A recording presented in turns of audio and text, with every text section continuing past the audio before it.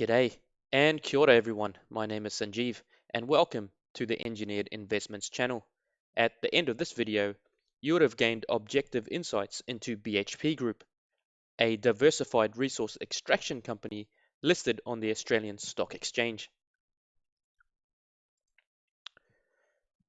BHP Group is a merger of two companies, Australian company BHP and Dutch company Billiton.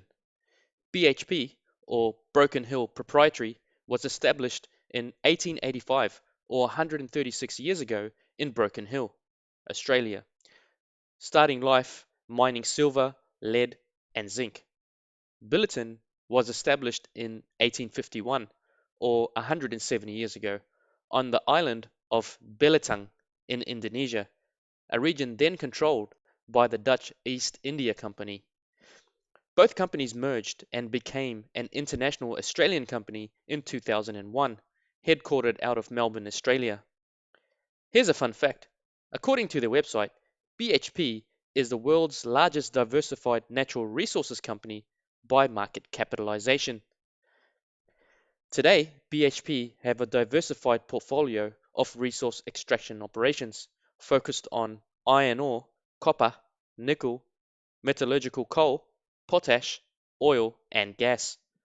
The company's resources are exported to countries which convert these commodities into a vast array of uses, from structural steel for housing and bridges, electrical power cables, electrical car batteries, power generation storage banks, domestic gas cooking, and so on. They employ 34,500 full-time people across 17 countries, across North America, South America, Asia, and Australia. And they currently rank number 3 out of the 2,200 plus companies on the Australian Stock Exchange. Looking at the front metrics, and just a heads up, the figures are shown in Australian dollars. Dividends have been paid continuously over the last 5 years, with the 2021 total dividends resting at $4 per share, more than twice that of 2020 and 2019 combined. The share price has grown by 59.5% over the last 5 years. If you had purchased shares in December 2016 for $24.18, as of November 2021, your share price would have increased by this percentage to $38.57. The 2021 revenues increased from the previous year by $18.342 billion to $80.895 billion. BHP performed strongly for the financial year of 2021, with record overall production across the rocks, metals, minerals, and oil and gas business units, showing no signs of disruption during the current pandemic. This performance is self-evident through the numbers and perhaps doesn't require any further elaboration.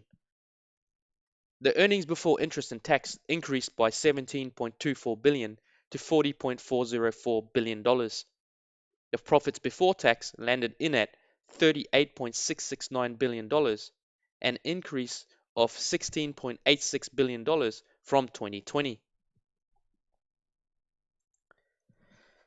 Looking at the shareholder metrics, the return on equity ratio increased by 14.3% from the previous year to 33.4%, a very good indication and achievement in keeping costs low whilst increasing profits.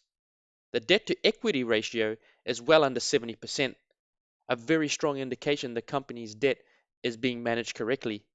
At this ratio, the shareholders' equity is not likely to be impacted if the debt repayments were to go up. The earnings before interest and tax margin, or EBIT, has increased to 50%, indicating strong improvement in profitability when comparing pre- and post-tax profits. The gross margin of 88.2% is very nice.